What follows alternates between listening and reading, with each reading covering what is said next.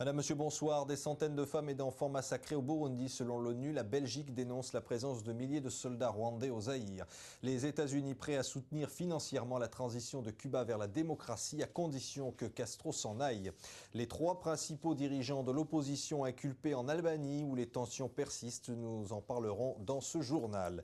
Et puis, il était ce qu'on appelle un bouche-trou au départ en 63, un petit personnage qui apparaissait dans le journal Pilote pour la première fois, Achille Talon. Et il avait des idées sur tout, et même surtout des idées, on peut le dire bien vite, il est devenu une star. Et son papa s'appelle Greg. 42 albums après, 42 albums d'Achille Talon, il est avec nous. Il est l'un des plus grands créateurs de la bande dessinée moderne, et il rêve toujours comme un gosse. Merci Greg d'être là.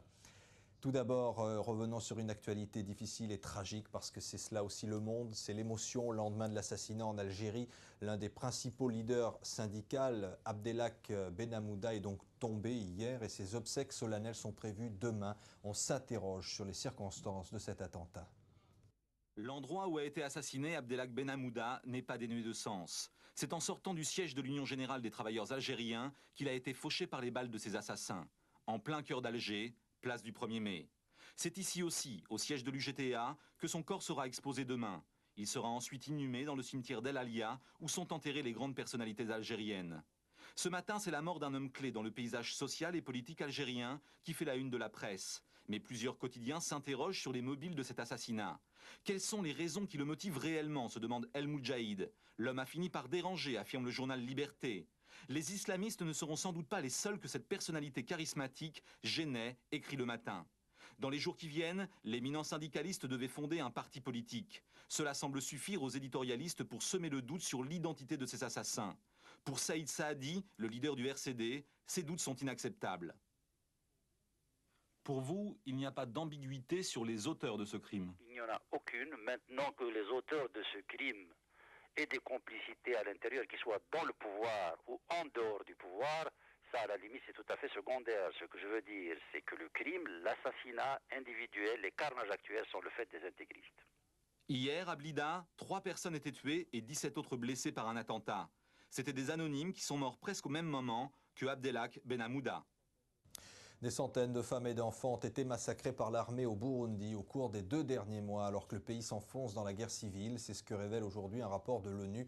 Par ailleurs, selon Kinshasa, plusieurs milliers de soldats ougandais progressent à l'est du Zaïre. La Belgique a dénoncé la présence de milliers de soldats rwandais sur le territoire zaïrois, ce que dément même les autorités sur place. Selon Fidel Castro, les États-Unis veulent acheter Cuba, c'est l'expression qu'il a employée, en faisant allusion à un rapport de la Maison-Blanche qui promet des milliards de dollars pour soutenir la transition de Cuba vers la démocratie, mais à une condition, que Castro s'en aille. Cela fait 34 ans que les États-Unis essaient d'étrangler Cuba avec un embargo économique afin de hâter la chute de Fidel Castro. Cela n'a pas fonctionné. Depuis, la loi Helms-Burton a refroidi certains investisseurs étrangers et ralenti la reprise économique à Cuba. Mais Castro est encore là et après le bâton, Washington brandit maintenant la carotte. Cuba could expect over a period of time between 4 and 8 billion dollars. Dans un rapport intitulé « Soutien à une transition démocratique », l'administration Clinton prévoit que Cuba bénéficiera d'une aide étrangère, principalement américaine, de 4 à 8 milliards de dollars si ce pays se débarrasse de Fidel Castro et de son frère. Autre condition, Cuba devra tenir des élections dans les 18 mois, abolir le ministère de l'Intérieur. Bref, Washington dicte ni plus ni moins la voie à suivre à un pays indépendant. Nous voulons seulement convaincre les Cubains que la démocratie leur apportera la prospérité, disent politiciens. You can stop merely surviving, you can thrive.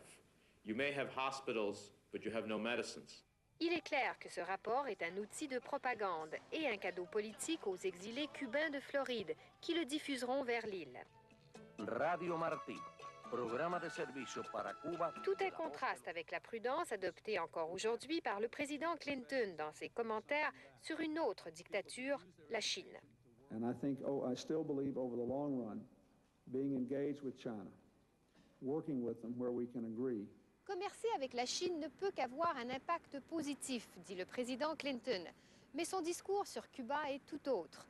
Dans son rapport, le président écrit que les Cubains veulent être libres, tout comme les peuples de l'ex-Union soviétique. Mais apparemment, Washington s'arroge le droit de définir les étapes devant mener à cette liberté.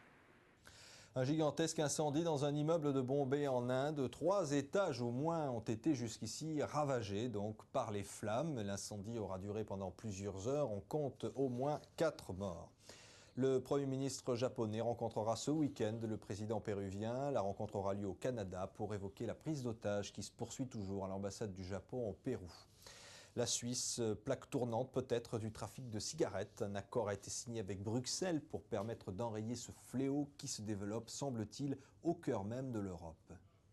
Dans un port de l'Europe du Nord où entrent des tonnes de cigarettes américaines, la marchandise, qui n'est pas destinée à l'Union européenne, peut quitter le port en transit sans payer les lourdes taxes qui frappent le tabac.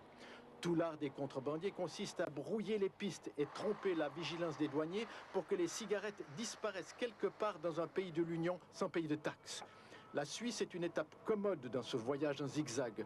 En dehors de l'Europe, elle collabore moins étroitement avec les autorités douanières des 15 États membres. Mais un progrès est en vue. Berne et Bruxelles viennent de parapher un accord de collaboration douanière. On a signé un accord, donc on doit voir d'où ça évoluera.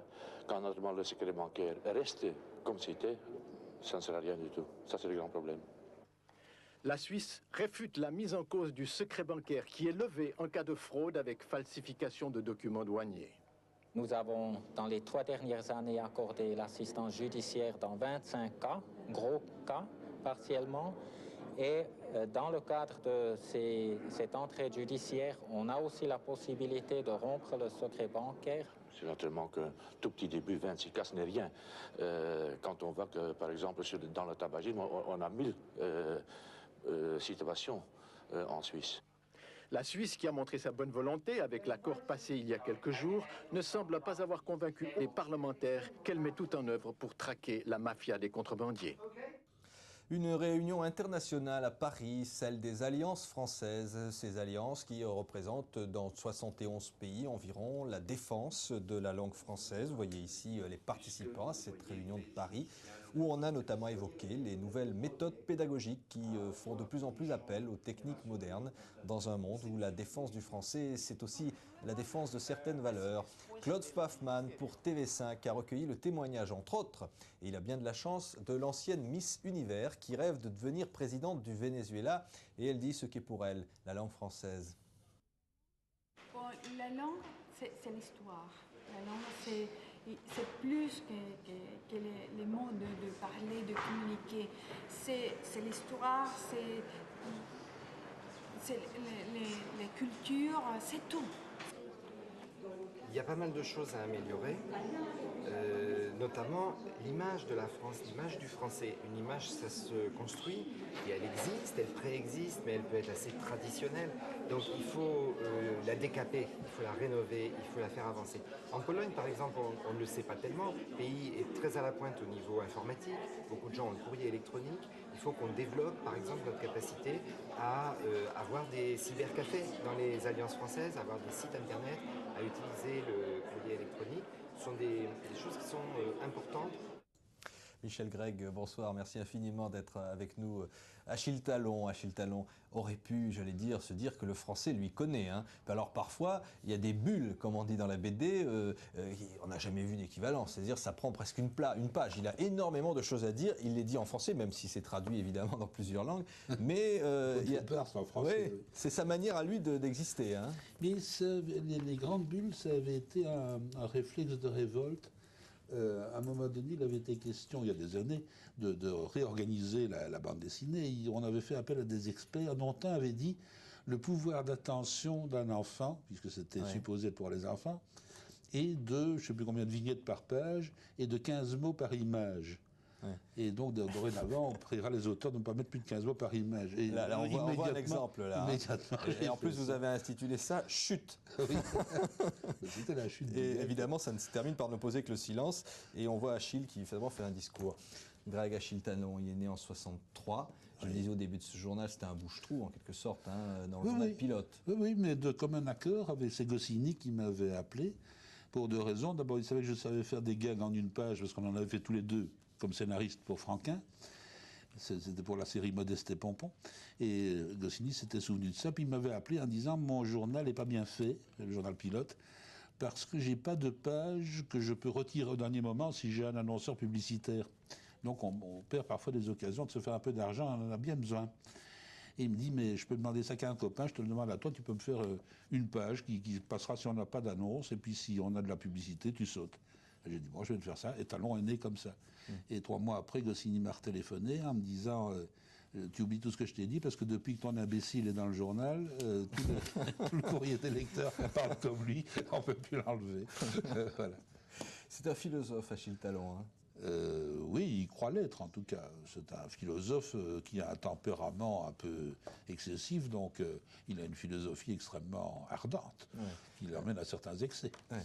Il y a quelques années de ça, vous avez écrit « Il pense, donc je suis », évidemment, c'est ce livre publié chez Michel Lafon, vous parliez évidemment d'Achille Talon, oui. Et j'allais dire « Il pense », et vous êtes, mais c'est un peu vous aussi qui pensez par Talon. On finit par se mélanger un peu, le personnage et nous-mêmes. Hein. Franquin était un peu Gaston, Gaston était beaucoup Franquin.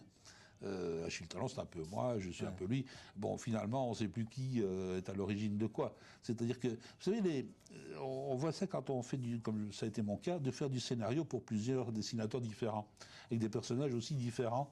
Que Spirou, j'ai écrit des histoires, que Tintin, j'ai écrit des histoires aussi. Bon, eh bien, en fait, une situation de départ ne va pas être la même selon que c'est Tintin qui va être plongé là-dedans, Spirou ou Achille Talon. La situation part dans le sens où le héros veut que ça parte. Donc, ils ont vraiment un caractère. L'auteur n'est pas libre. Il doit faire ce que son personnage veut qu'il fasse. Donc, d'où le titre « Il pense, donc je suis ». Alors, et il pense par exemple à propos de la politique, vous allez me dire si Achille Talon il fait de la politique, mais le Funeste, son voisin très coléreux, lui en fait peut-être. Vous dites, à force de retourner leur veste, de nombreux politiciens ne savent plus distinguer la droite et la gauche. En politique, les convictions les plus définitives s'envolent un jour, il reste des millions d'écrits d'ailleurs pour l'attester. Vous dites, un bon ministre remet toujours à une date ultérieure ce qu'il aurait pu rater le jour même.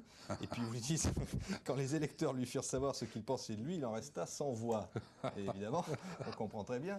Et Talon va faire la politique, vous me dites, la prochaine fois. Oui, je voudrais bien. Il est certain qu'ils ont des opinions, Talon et Le Funeste, que je n'ai jamais vraiment révélées, mais ils sont d'accord sur rien. Il y en a un qui lit un journal qui s'appelle Le Clairon matinal, et l'autre, c'est La Détonation vespérale. Ces deux journaux... Ils ne peuvent pas s'entendre, évidemment. C'est pas possible. Mais je crois que s'il y en a un des deux qui changeait d'opinion, l'autre le ferait aussi pour le plaisir de ne pas être d'accord. Parce qu'il faut qu'ils puissent dialoguer dans la dispute.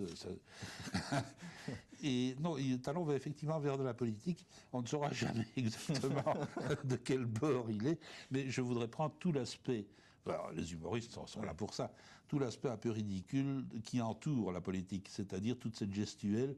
Que les gens soient de gauche ou de droite, d'ailleurs ça ne change rien du tout, mais quand vous voyez un ministre, il y a même une publicité qui passe à la télé pour le moment, pour une poudre qui fait digérer, le ministre qui va goûter un peu tous les produits locaux, uniquement qui embrasse les sales gosses et tout ça, pour le plaisir de se faire bien voir, hein, tous ces baisers, etc., qui ne durent qu'au moment de la campagne électorale. Oui. C'est tout cet aspect-là que je voudrais bien prendre. Là, il dit non, oui, c'est vaguement tout un programme, même si, effectivement... Michel Grec, je voudrais que vous nous parliez, tout en dessinant évidemment, parce que ça c'est votre nature, et dès que vous avez un stylo en main, j'imagine que vous ne pouvez pas vous empêcher de le faire. Ça occupe. J'allais dire en septembre, si je ne me trompe pas, c'est-à-dire très bientôt, vous allez fêter quoi? 50 années de dessin? 50 ans, oui. J'ai vendu mon premier dessin en septembre 1947.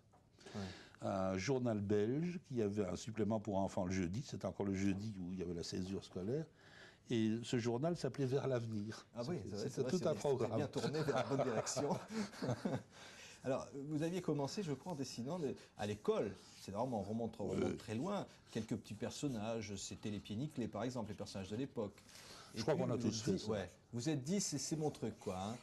On peut aller, effectivement, on peut aller plus loin. Mais lorsqu'un jour, vous avez rencontré celui qui était un maître, et dont, évidemment, on va parler tout de suite, qui s'appelait, maintenant il faut parler hélas au passé, André Franquin, vous vous êtes dit, ce type a un talent tel qu'il faut que je fasse, j'allais dire la même chose, il faut que je le rencontre.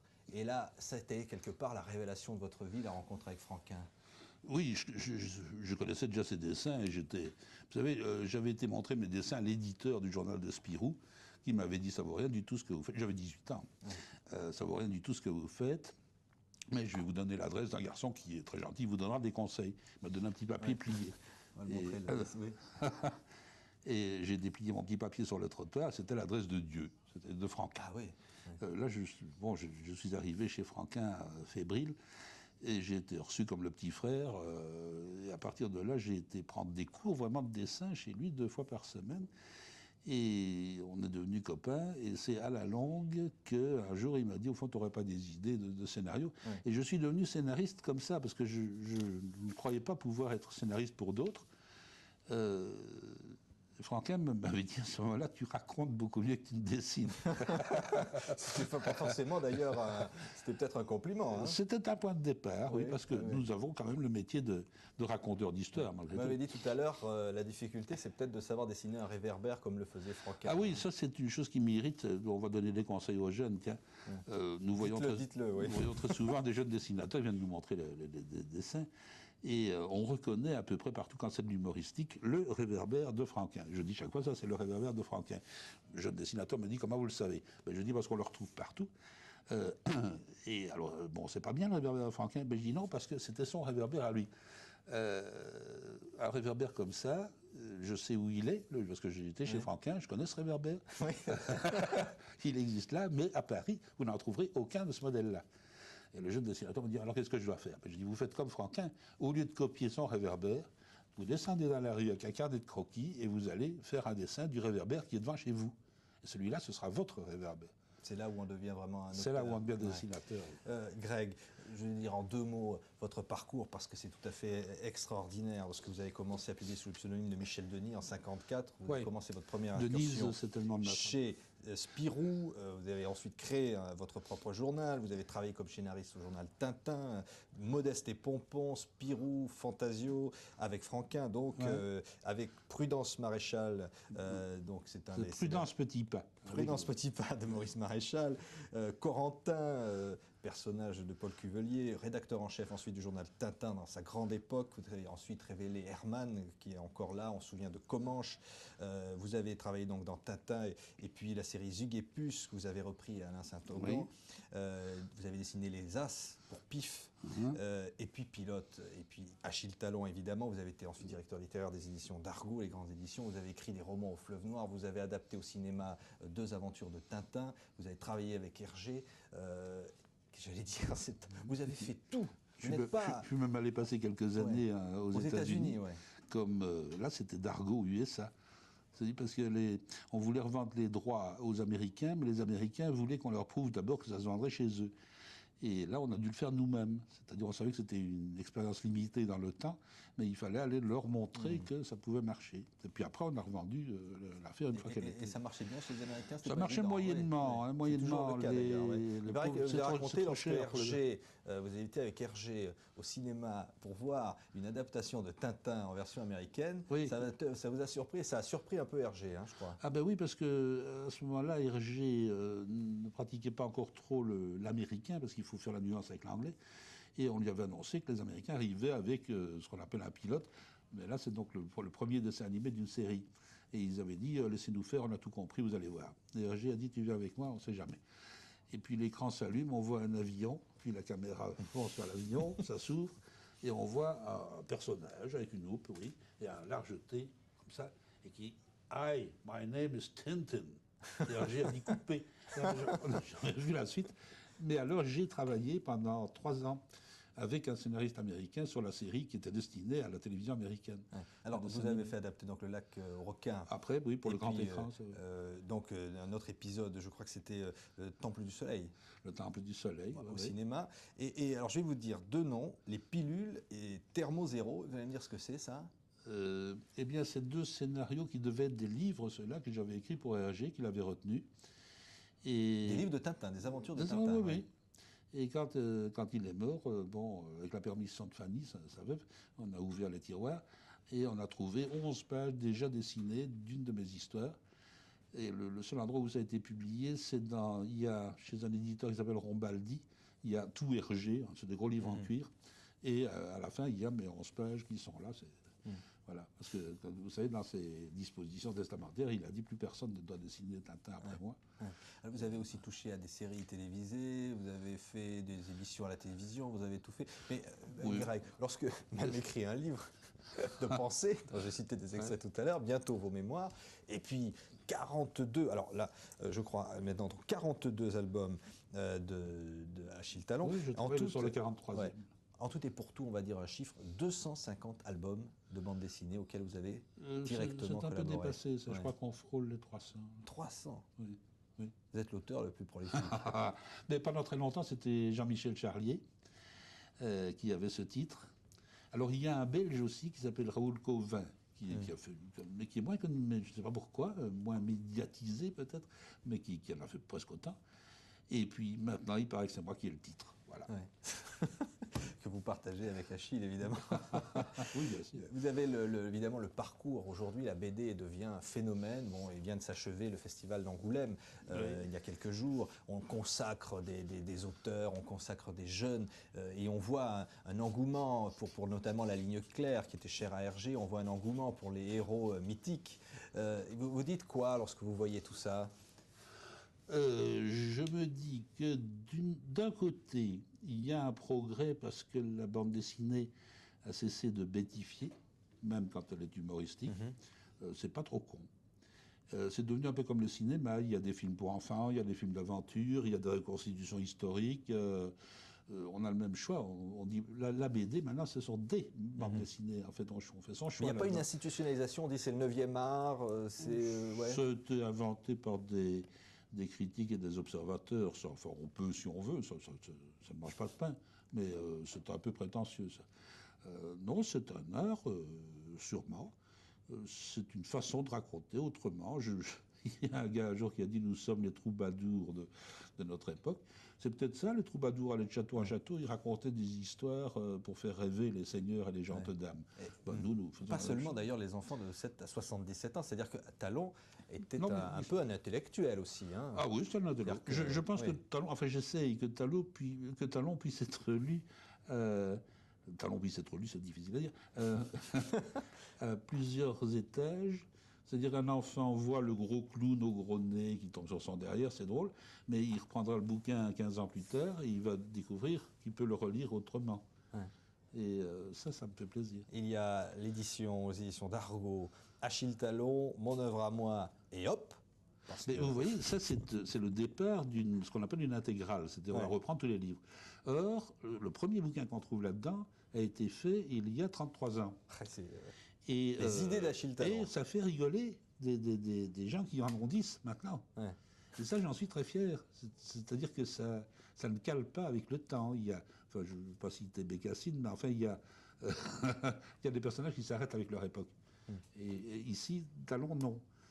Lui, il est immuable, mais le monde change autour de lui. Et alors, il y a un petit jeu qui est amusant, quand on aura toute la collection, ce que j'espère, achetez-la chez votre libraire habitué, c'est qu'on n'a qu'à regarder les objets. Parce que maintenant, Talon se sert d'un fax, ou bien quand il prend l'avion, il passe en dessous du détecteur de métaux. Ça n'existait pas au moment où j'ai créé la série. Tous ces objets sont venus s'ajouter petit à petit, alors que lui est immuable et qu'on a l'impression que ça ne bouge pas. Si, le monde change. Michel Greg, votre prochain livre de mémoire va faire, je vais dire, va rendre hommage à ceux que vous avez côtoyés au plus grand. Oui. Et vous allez en garder, je veux dire, si vous deviez garder quelque chose en avant-première ou nous dire quel est le souvenir le plus marquant que vous gardez. Je crois que nous l'avons déjà évoqué, c'est le jour où j'ai frappé à la porte de Franquin. Souvenir professionnel, hein, sûrement. Et puis, il y en a d'autres. Bon, la vie a passé, elle passe trop vite. J'ai rencontré les gens les plus formidables, de Hugo Pratt à Alain Saint-Augan, de Hergé à Hogarth. Voilà, j'ai vécu moi-même un beau feuilleton. Nous sommes je crois que vous l'avez dit un peu dans l'introduction tout à l'heure, nous sommes de vieux gamins qui avons eu le privilège de conserver notre enfance et d'en vivre. C'est un peu sordide, parce que, comme j'ai déjà dit, il est sordide de monnayer ses rêves d'enfance. Merci infiniment pour ces belles pensées, Michel Gregg, et merci pour être ce que vous êtes. Continuez, 43e album, voilà. On l'attend déjà avec impatience. Puis les rééditions, je crois qu'il va y avoir plus de 10 tomes, et à chaque fois, il y a 3 aventures à l'intérieur, et on va les revivre. Talon dans tous ses états, Talon qui persiste et signe, qui aggrave son cas, etc. Et bon, et ça n'est pas terminé. Il y en a comme ça pas mal. Et il y en a 42 dans cette collection-là. Si maintenant, parce qu'il rassemble par 3. Je fais le 43e, l'éditeur est bien embêté parce que c'est pas multiple de 3. Donc il faut nécessairement que j'en fasse encore 2 derrière celui que je suis en train de faire. Et le musée Achille Talon, c'est le tout dernier, 46 pages de gags. Voilà. Merci Greg infiniment. Merci à vous de nous avoir suivis et excellente soirée.